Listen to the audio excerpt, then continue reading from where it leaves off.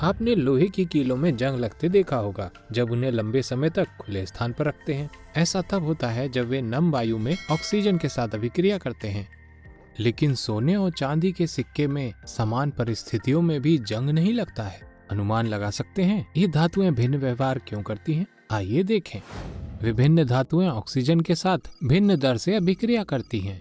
यदि हम धातुओं की अभिक्रियाशीलता श्रेणी पर एक नजर डालें तो अभिक्रियाशीलता गोल्ड से पोटेशियम तक बढ़ती है और इसके विपरीत घटती है।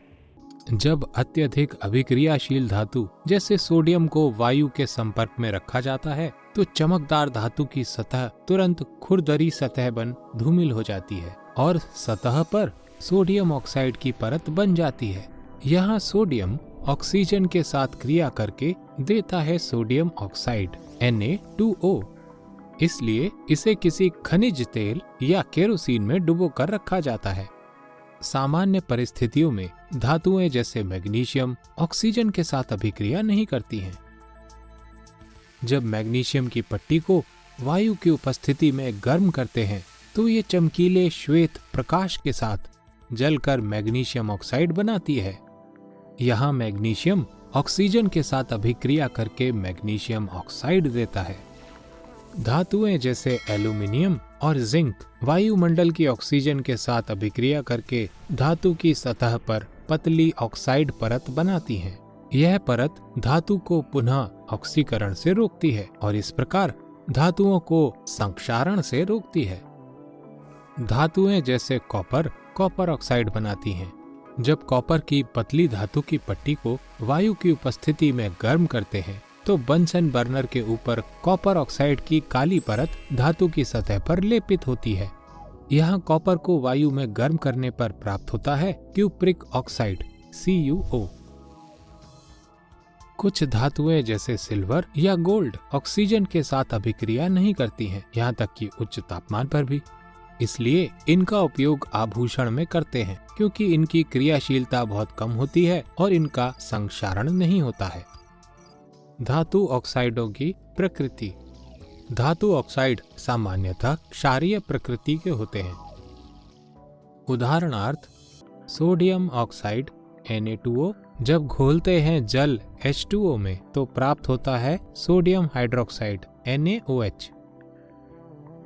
हालांकि कुछ धातु ऑक्साइड उभयधर्मी ऑक्साइड हैं। उदाहरणार्थ धातु ऑक्साइड जैसे एल्यूमिनियम ऑक्साइड Al2O3 को जब क्षार रूपी अम्ल जैसे HCl में घोलते हैं तो एल्यूमिनियम क्लोराइड विलयन प्राप्त होता है। इसी प्रकार एल्यूमिनियम ऑक्साइड भी अम्ल रूपी क्षार जैसे सोडियम हाइड्रोक्साइड NaOH के साथ अभिक्रिया करके सोडियम एल्यूमिनेट देता है। ऐसे ऑक्साइड जो अम्ल की उपस्थिति में क्षार के रूप में और क्षार की उपस्थिति में अम्ल के रूप में कार्य करते हैं उभयधर्मी ऑक्साइड कहलाते हैं। उभयधर्मी ऑक्साइड का एक अन्य उदाहरण जिंक ऑक्साइड है ZnO। सारांश में विभिन्न धातुएं भिन्न दर से ऑक्सीजन के साथ अभिक्रिया करती हैं। कुछ धातुएं जैसे सोडियम के ऑक्सीजन के साथ तीव्रता से अभिक्रिया करने के कारण इसे केरोसिन में संग्रहित किया जाता है। धातुएं वायुमंडलीय ऑक्सीजन के साथ अभिक्रिया करके सतह पर एक ऑक्साइड परत बनाती हैं जो आगे ऑक्सीकरण को रोकता है और धातुओं की रक्षा करता है।